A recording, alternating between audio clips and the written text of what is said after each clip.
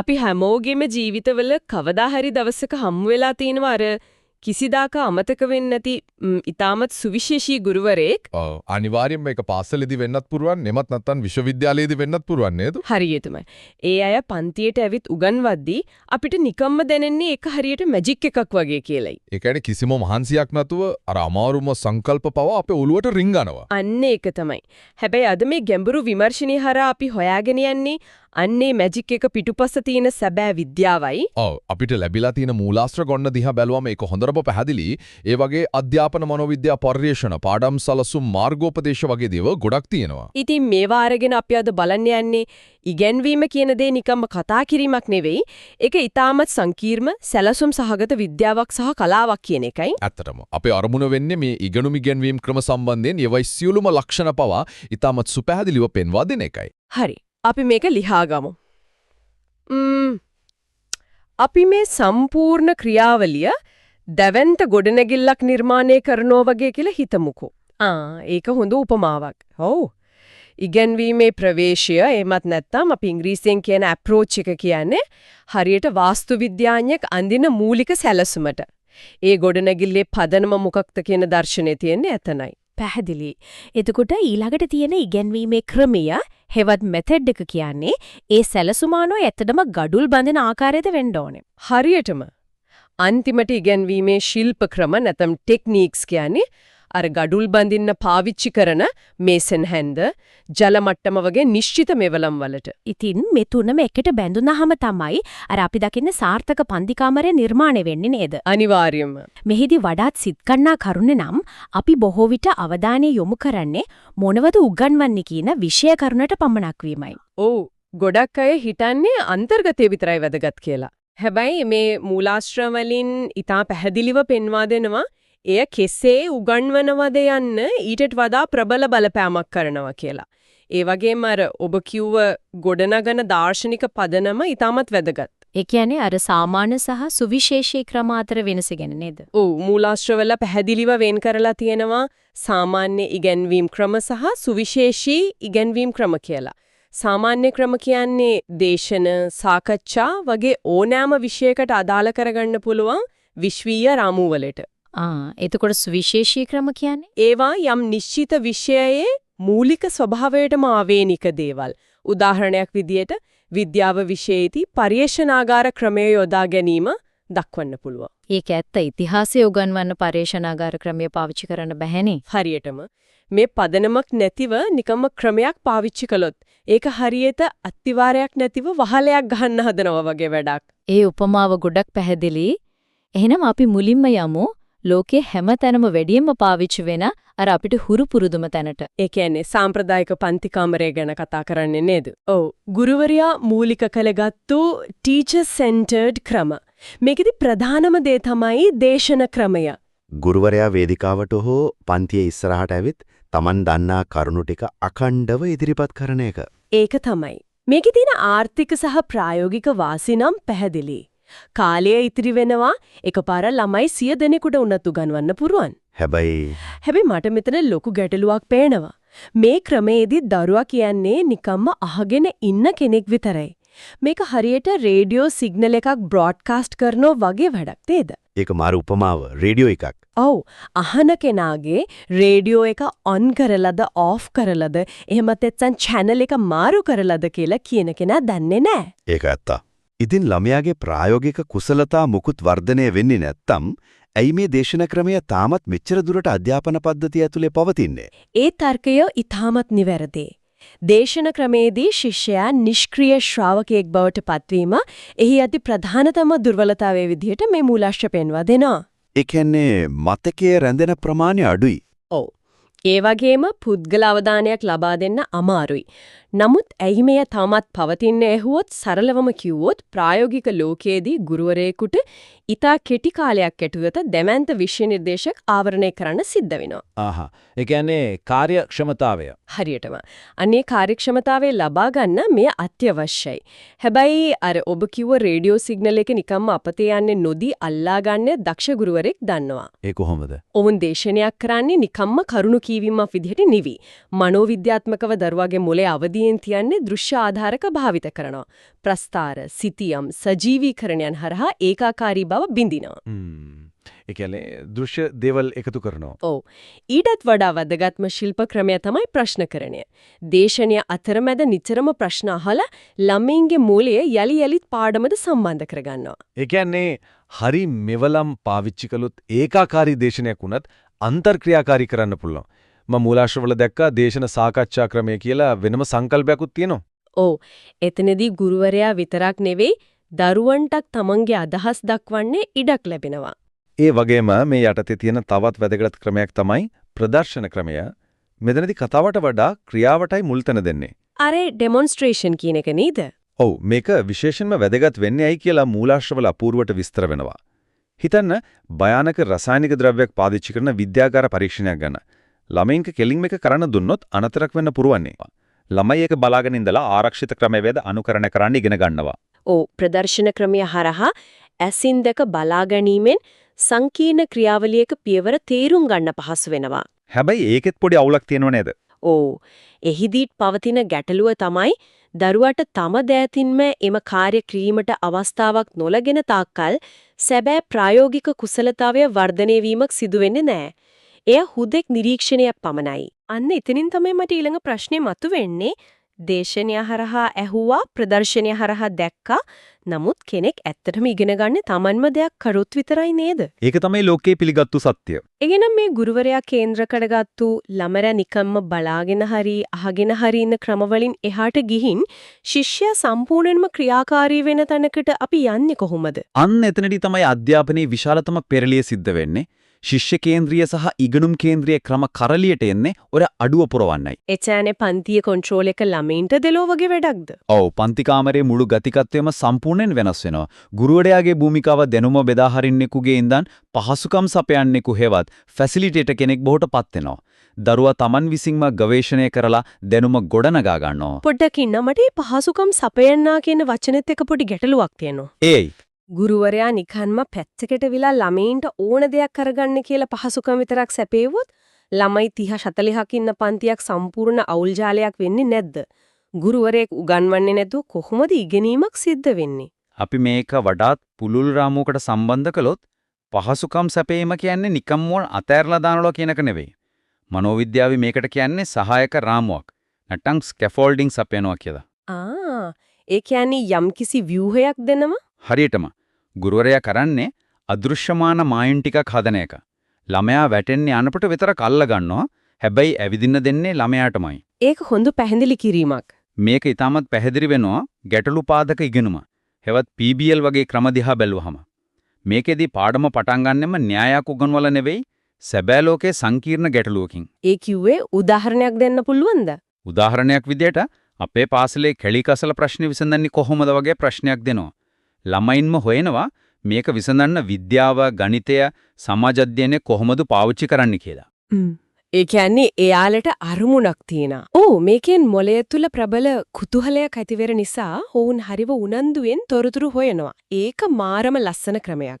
ළමයි දන්නේම නැතුව විෂය කරුණු ඉගෙන ගන්නව නේද? හරියටම. ඒ වගේම මූලාශ්‍රවල තියෙන තව ක්‍රමයක් තමයි ව්‍යාපෘති ක්‍රමය. PBL එකට වඩා මේක වෙනස් වෙන්නේ මේක දවස් ගානක් හෝ සති ගානක් දෙවෙන අන්තිමට ප්‍රායෝගික නිමැවුමක් ප්‍රසිද්ධියේ එළිදක්වන දීර්ඝ ක්‍රියාවලියක් වීමයි. ඔව් ඒක හරිම ප්‍රායෝගිකයි. ළමයින්ටම කණ්ඩායම් හැදිලා සැලසුම් කරලා අභියෝගවලට මුහුණ දීලා අවසාන ප්‍රතිඵලයක් ගෙන්න වෙනවා. ඇත්තටම මේ ශිෂ්‍ය කේන්ද්‍රීය ක්‍රමවල අවසන් අරමුණ විභාගයක් සමත් වීම විතරක්ම නෙවෙයි කියන එක අපි තේරුම් ගන්න ඕනේ. එහෙනම් ප්‍රධාන අරමුණ මොකද්ද? ගැටලු පාදක ඉගෙනුම, ව්‍යාපෘති ක්‍රමය, ගවේෂණ ක්‍රමය මේ හැම දෙයකින්ම කරන්නේ දරුවාගේ විවේචනාත්මක චින්තනය වර්ධනය කරන එක. ඒ කියන්නේ ප්‍රශ්න දිහා වෙනස් කෝණ වලින් බලන්න පුරුදු කරනවා. ඔව් ජීවිත කාලේටම අලුත් දේවල් ඉගෙන ගන්නේ කොහොමද? ඒ කියන්නේ learn how to learn කියන තැනට දරුවාව ගෙනියන එක තමයි මිහි සැබෑ අරමුණ. මේව තමයි දරුවන්ව අනාගත රැකියා ලෝකයට සූදානම් කරන ඇත්තම කුසලතා. මේ වන්නකොට මට හිතෙනවා මේක පාසලට විතරක් නෙවෙයි සාමාන්‍ය ජීවිතයටත් කොච්චර අදාළද කියලා. අනිවාර්යෙන්ම කොහොමද ඒක සාමාන්‍ය ජීවිතයට අදාළ වෙන්නේ? හිතන්න කෙනෙක් තමන්ගේ කාර්යාලයේ අලුත් සේවකයෙකු පුහුණු කරනවා කියලා. එයාට නිකම්ම ෆයිල් වගේක් දීලා මේක කියවන්න කියන වෙනකොට ආයතනයේ තියලා ඇත්ත ප්‍රශ්නයක් දීලා මේක විසඳන්න try කරන්න මම උදව් කරන්නම් කිව්වොත් එයා කොච්චර ඉක්මනින් දේවල් ඉගෙන ගනීවිද? ඒක හරිම ප්‍රායෝගික උදාහරණයක්. ඒ වගේම තවත් අපූර්ව ක්‍රමයක් මූලාශ්‍රවල තියෙනවා. ඒ තමයි ක්‍රීඩා පාදක ඉගෙනුම. ගේම් බේස් ලර්නින් නේද? ඔව්. ඇයි මේක මෙච්චර සාර්ථක වෙන්නේ කියලා මං හිතලා බැලුවා. සාමාන්‍ය ළමයෙක් වීඩියෝ ගේම් එක ගහනකොට පැය ගාණක් වුණා දෙක දිගට ඉන්නවනේ. ඔව් ඒක නම් ලොකු ප්‍රශ්නයක් ගෙවල් වල.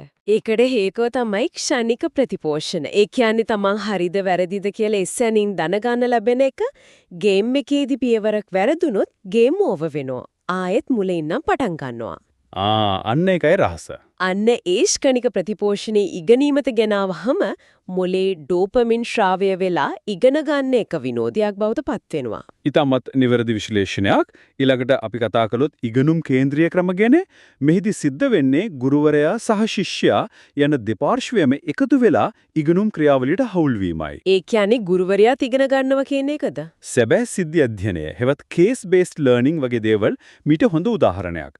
යම්කිසි සැබෑ ලෝකයේ සිදුවීමක් ගැන හැර දක්වලා ගුරුවරයාත් ශිෂ්‍යයාත් දෙදෙනාම එකතු වෙලා ඒක විශ්ලේෂණය කරනවා. එතනදී ගුරුවරයාටත් අලුත් දේවල් ඉගෙන ගන්න ලැබෙනවා. හැබැයි මේ ඔක්කොම අහගෙන ඉන්නකොට මට හිතෙන ලොකුම ප්‍රශ්නයක් තියෙනවා. මොකක්ද ඒ ප්‍රශ්නේ? සාම්ප්‍රදායික දේශනයක් දෙනවට වඩා මේ වගේ නවීන ක්‍රම පන්ති කාමරයේ ඇතුලේ හසුරුවන්න ගුරුවරයෙකුට අසාමාන්‍ය දක්ෂතාවයක් සහ පුහුණුවක් තියෙන්න ඕනේ නේද? නිකල්ම විශ්වවිද්‍යාලයකින් උපාධියක් ගත්ත පළියට මේවා කරන්න බෑ. ඒක ඇත්ත. ඉතින් කොහොමද ගුරුවරයෙක් මේ තරම් දක්ෂ විදිහට මේ තත්වයන් පාලනය කරන්න පුහුණු වෙන්නේ?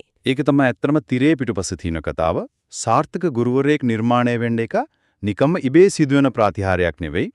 ඒ සඳහා ඊට ක්‍රමානුකූල සහ විද්‍යාත්මක පුහුණු ක්‍රමවේද තියෙනවා. මොන වගේ ක්‍රමද පාවිච්චි කරන්නේ? එකක් තමයි සමරූපණය නැත්නම් සිමුලේෂන්ස්.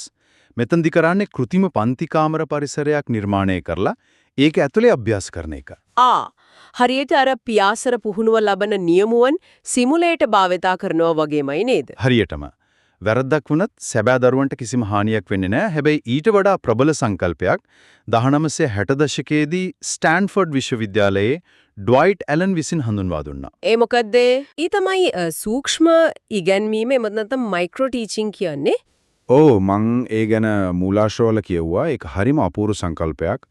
මට මේක තේරෙන විදිහට මේක හරියට වෘත්තීය මලල ක්‍රීඩකයෙක් තමන්ගේ පුහුණුවීම් කරවා වගේ වැඩක්. කොහොමද ඒක මලල ක්‍රීඩකයෙකුට සමාන වෙන්නේ? දැන් ක්‍රීඩකයෙක් එක දිගට සම්පූර්ණ මැරතන් එකක් දුවලා පුහුණු වෙන්නේ නැහැනේ.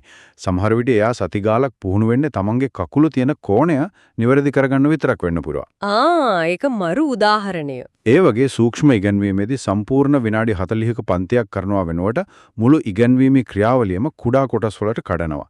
විනාඩි 5ක් හෝ 10ක් වගේ පොඩි වේලාවකට ළමයි 5 දෙනෙක් හෝ 10 දෙනෙක් වගේ පොඩි කණ්ඩායමකට තමයි උගන්වන්නේ. ඔව් ඒක තමයි මූලික સિદ્ધාන්තය. ඒකේදී අර ප්‍රශ්න ඇසීම, කළුලැල්ල භාවිතා කිරීම හෝ දරුවන්ව දිරිමත් කිරීම වගේ එකම එක නිශ්චිත කුසලතාවක් ගැන විතරක් අවධානය යොමු කරලා පුහුණු වෙනවා. හරියටම. ඊට පස්සේ ඒක වීඩියෝ කරලා හරි නිරීක්ෂකයින්ගෙන් හරි ප්‍රතිපෝෂණ අරගෙන තමන්ගේ අඩුපාඩු හදාගෙන ආයෙත් සැරයක් ඒකම කරනව නේද? ඔව්. මේ සූක්ෂම ඉගැන්වීම හරහා ගුරුවරයාගේ කුසලතා ඊටමත් තියුණු මට්ටමකට වර්ධනය කරනවා. තමන්ගේ ශරීර භාෂාව, කටහඬේ උච්චාවචනය වගේ සියුම් දේවල් පවා ඔවුන් හඳුනා ගන්නවා. ඒ කියන්නේ ගුරුවරයෙක් කියන්නේ නිකම්ම බිහි වෙන කෙනෙක් නෙවෙයි, හොඳට උපමට්ටම් කරපු කෙනෙක්. අනිවාර්යෙන්ම. නමුත් මේ සියල්ලම කළත් පන්ති කාමරයක් ඇතුලේ ගුරුවරයා සහ ළමයා අතර තියෙන අන්තර්ක්‍රියාව, එනම් ඔවුන් කතා බහ කරන ආකාරය සැබවින්ම ඵලදායීද කියලා මනින්න අපිට නිශ්චිත විද්‍යාත්මක ක්‍රමයක් අවශ්‍ය වෙනවා. අන්න එතන තමයි මට ඊළඟ ප්‍රශ්නේ තියෙන්නේ.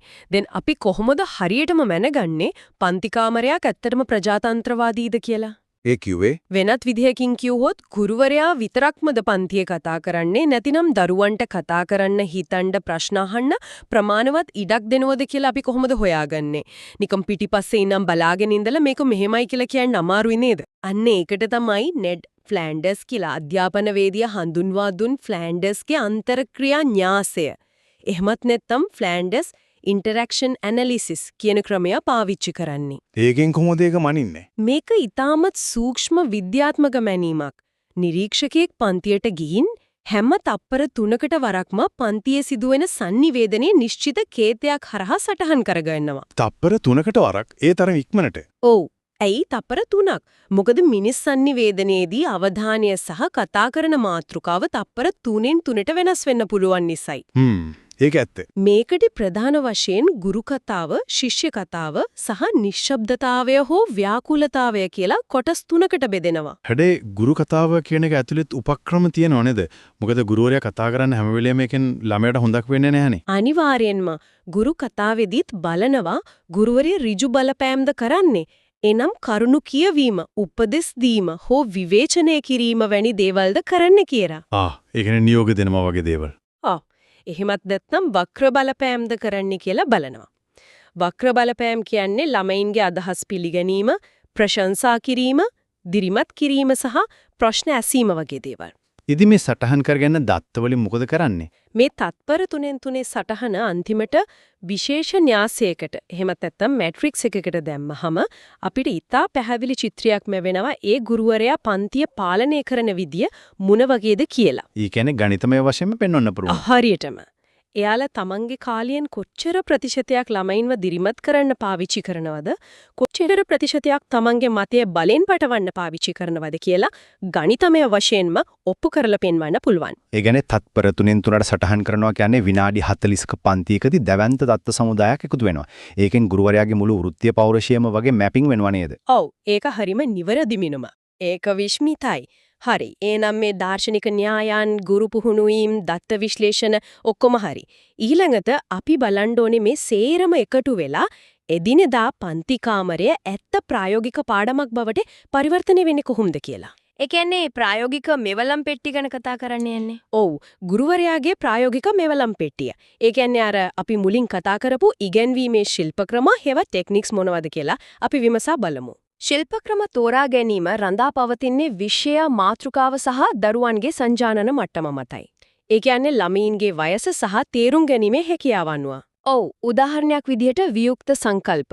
ඒ කියන්නේ පියවියසට නොපෙනෙන දේවල් අර පරමාණුවේ ව්‍යුහය හෝ ගුරුත්වාකර්ෂණය වගේ දේවල් උගන්වනකොට අනිවාර්යයෙන්ම අනුමාන, රූප, සජීවීකරණ වගේ ශිල්පක්‍රම පාවිච්චි කරන්න වෙනවා. මොකද දරුවාගේ මොළයට ඒ දේවල් දෘශ්‍යමාන කරගන්න ආධාරකයක් අවශ්‍යයි. අන්න ඒකයි හේතුව.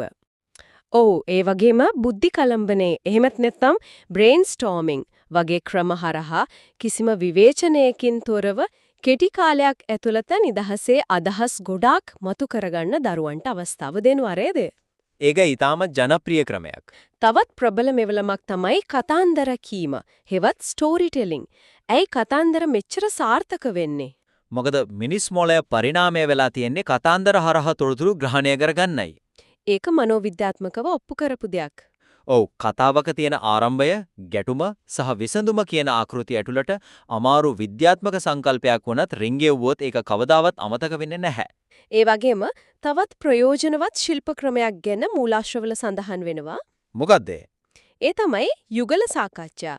හෙවත් think pair share කියන එක. මම ගොඩක්ම කැමති ශිල්ප ක්‍රමයක් තමයි ඒක. ඇත්තද?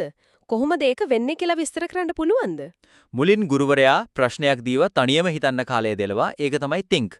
ඊට පස්සේ ළඟ ඉන්න යාළුවත් එක්ක ඒ ගැන කතා කරනවා. ඒක pair. එතකොට share කියන එක මෙතනදී මානසික ආරක්ෂාවක් තියෙනවා. මොකද මුළු පන්තියටම කියන්න කලින් තමන්ගේ උත්තරය යාළුවත් එක්ක බෙදාගෙන තහවුරු කරගන්න පුළුවන්නේ. අන්තිමට මුළු පන්තියටම ඒ අදහස ඉදිරිපත් කරනවා. ඒක තමයි share. ඇත්තටම මේක ළමයින්ගේ ආත්ම විශ්වාසය ගොඩනගන්න කදිම ක්‍රමයක්. මේ හැම දෙයක්ම එකතු කරලා තමයි අර කියන මාස්ටර් ප්ලෑන් එක නැත්තම් පොදු පාඩම් සැලසුම් ආකෘතිය හදන්නේ. මූලාශ්‍ර වල ඊටා පැහැදිලිව 5E එහෙමත් නැත්තම් 5E ආකෘතිය ගැන විස්තර වෙනවා. 5E ආකෘතිය කියන්නේ නවීන අධ්‍යාපනයේ ඊටමත් සාර්ථක පියවර 5කින් සමන්විත පාඩම් සැලසුමක්. මුලින්ම ප්‍රවේශය එහෙමත් නැත්නම් එන්ගේජ් දරුවාගේ කුතුහලය විසීම. ඊළඟට මොකද්ද?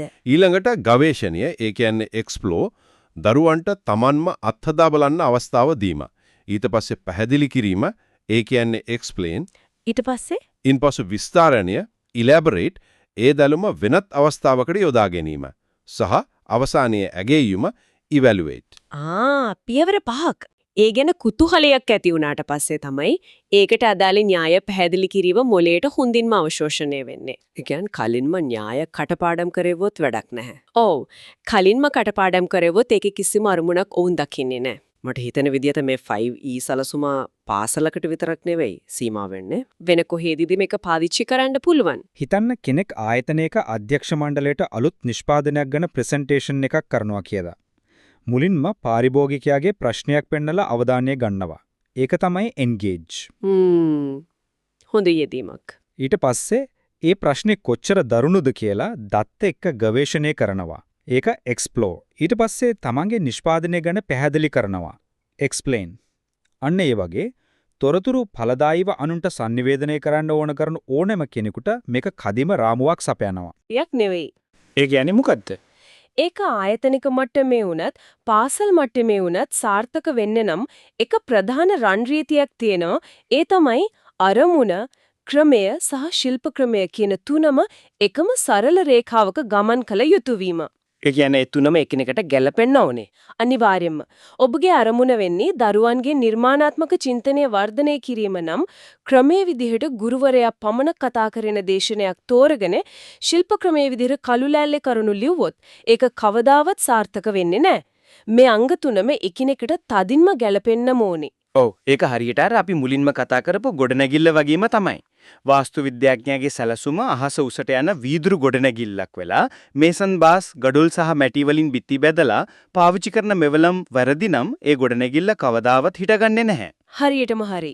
එහෙනම් මේ මුළු කතාබහම සාරාංශ කළොත් ඉගෙනීම් ක්‍රියාවලිය කියන්නේ නිකම්ම කරුණු ටිකක් මතකද කවන එක නෙවෙයි. ඔව් ඒක ඊට වඩා ගොඩක් ගැඹුරු දෙයක්. ඒක ගුරුවරයා කේන්ද්‍ර කරගත් කාර්යක්ෂම දේශනාවල ඉඳලා ශිෂ්‍යයා ක්‍රියාකාරී ගවේෂකෙක් බවට පත් කරන ගුරුවරයා ඊටමත් සලසුම් සහගතව විද්‍යාත්මක මිනුම් දඬු භාවිතා කරමින් මෙහෙවන අපූරු කලාවක් සහ විද්‍යාවක්. ඒ වගේම මූලාශ්‍රවල සඳහන් වෙන අනාගතවාදී සංකල්ප කිහිපයක් දැස බැලුවොත් මේ තත්ත්වය තවත් තීව්‍ර වෙනවා. මොන වගේ සංකල්පද? විශේෂයෙන්ම පුද්ගල බද්ධ ඉගෙනුම. එහෙම නැත්නම් personalized learning සහ බහුතල ඉගැන්වීම කියන සංකල්ප. පන්තියේ ඉන්න හැම ළමයාටම එකම හැන්දෙන් බෙදන්න නැතිව එක් එක් දරුවාගේ රුචිකත්වයට, බුද්ධිමත්තමට සහ ඉගෙනුම් වේගයට හරියටම ගැලපෙන විදිහට පාඩම සකස් කරන එක තමයි මෙහි මූලික පරමාර්ථය. අන්න එතනදී මට අනාගතය ගැන ටිකක් පුදුම හිතෙන, ඒ වගේම පොඩක් බය හිතෙන අදහසක් එනවා. මොකක්ද ඒ අදහස? මේ සංකල්ප දැන් මේ විදියට තිබ්බට තව ඉස්සරහට යනකොට કૃතිම බුද්ධිය, ඒ කියන්නේ AI සහ නව තාක්ෂණයත් එක්ක මේක කොතනට යාවිද? මට හිතන්නේ යම් දවසක මේ පොදු පන්ති කාමරය කියන සංකල්පේ මුළුමනින්ම අතුරුදහන් වෙලා යාවි. ඒක නම් වෙන්න පුළුවන් දෙයක්. සෑම බුද්ධලේකුගේම මොලේ ස්වභාවය, ඔවුන්ගේ ඉගෙනුම් වේගය, කුසලතා 100%ක්ම තේරුම් අරගෙන ඒ මොහොතේම ඊට අනුගත වෙන අතත්‍ය නැත්නම් වර්චුවල් ගුරුවරුන් බිහි වෙන්න පුළුවන් නේද? ඔව් තාක්ෂණයේ ඒ පැත්තට තමයි යන්නේ. AI එකකට පුළුවන් හරියටම මගේ මොලේ ඉල්ලන විදියට දත්ත සකස් කරලා දෙන්න. එදාට මේ සාම්ප්‍රදායික ගුරුවරයාට මොකද වෙන්නේ? අපේ අධ්‍යාපන ක්‍රමය කුමක් වේවිද? ඒක ඇත්තටම අපව ගැඹුරින් සිතන්නට පොළඹවන ප්‍රශ්නයක්. තාක්ෂණයට පුළුවන් වෙයි තුරුතුරු ලබා දෙන වේගය සහ ක්‍රමය 100%ක්ම ප්‍රශස්ත කරන්න. ඔව් ඒ අතින් AI එක ඉදිරියෙන් ඉඳීවි. දරුවගේ මොළයට වඩාත් ගැළපෙනම විදිහට ගණිත ගැටලුවක් හෝ විද්‍යා සංකල්පයක් පැහැදිලි කරලා දෙන්න કૃතිම බුද්ධියට හැකි වේවි. නමුත් අපි අමතක කරන්න නරකයි ඉගෙනීම කියන්නේ හුදෙක් දත්ත හුවමාරුවක් පමණක්ම නෙවෙයි. ඒක ඇත්ත. එතන මානුෂීය බැඳීමක් තියෙනවා. ඔව් ඒ තුල තියෙන අර මනුෂ්‍ය සම්බන්ධතාවය, වැටෙනු වේලාවක ගුරුවරයෙක් දෙන දිරිගැන්වීම, සහකම්පනය සහ මනුෂ්‍යත්වයේ ආදර්ශය કૃතිම බුද්ධියකට කවදාවත් ප්‍රතිනිර්මාණය කරන්න බෑ. ඉගැන්වීමේ යාන්ත්‍රික කොටස තාක්ෂණීය බාරගනීවි. නමුත් මනුෂ්‍ය කොටස සෑම විටම ගුරුවරයා අතේම රැඳීවි කියලා මම විශ්වාස කරනවා.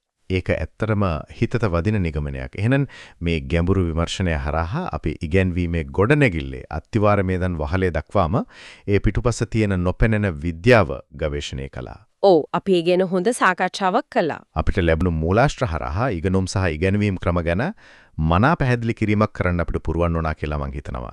මේ තොරතුරු නිවරතිව ග්‍රහණය කර ගැනීමට සහ අධ්‍යාපනය ගැන අලුත් කෝණයකින් බලන්න හැමෝටම ලොකු පිටුවහලක් වෙන්න ඇති. අර සැඟවුණු සැලසුම දැන් පැහැදිලිව පෙනෙනවා ඇති කියලා මම විශ්වාස කරනවා. එහෙනම් මේ ගැඹුරු විමර්ශනයට එක්වීම ගැන ස්තුතියි. තවත් මෙවැනිම සිත් ගන්නාසුළු මාතෘකාවකින් නැවත හමු වෙමු.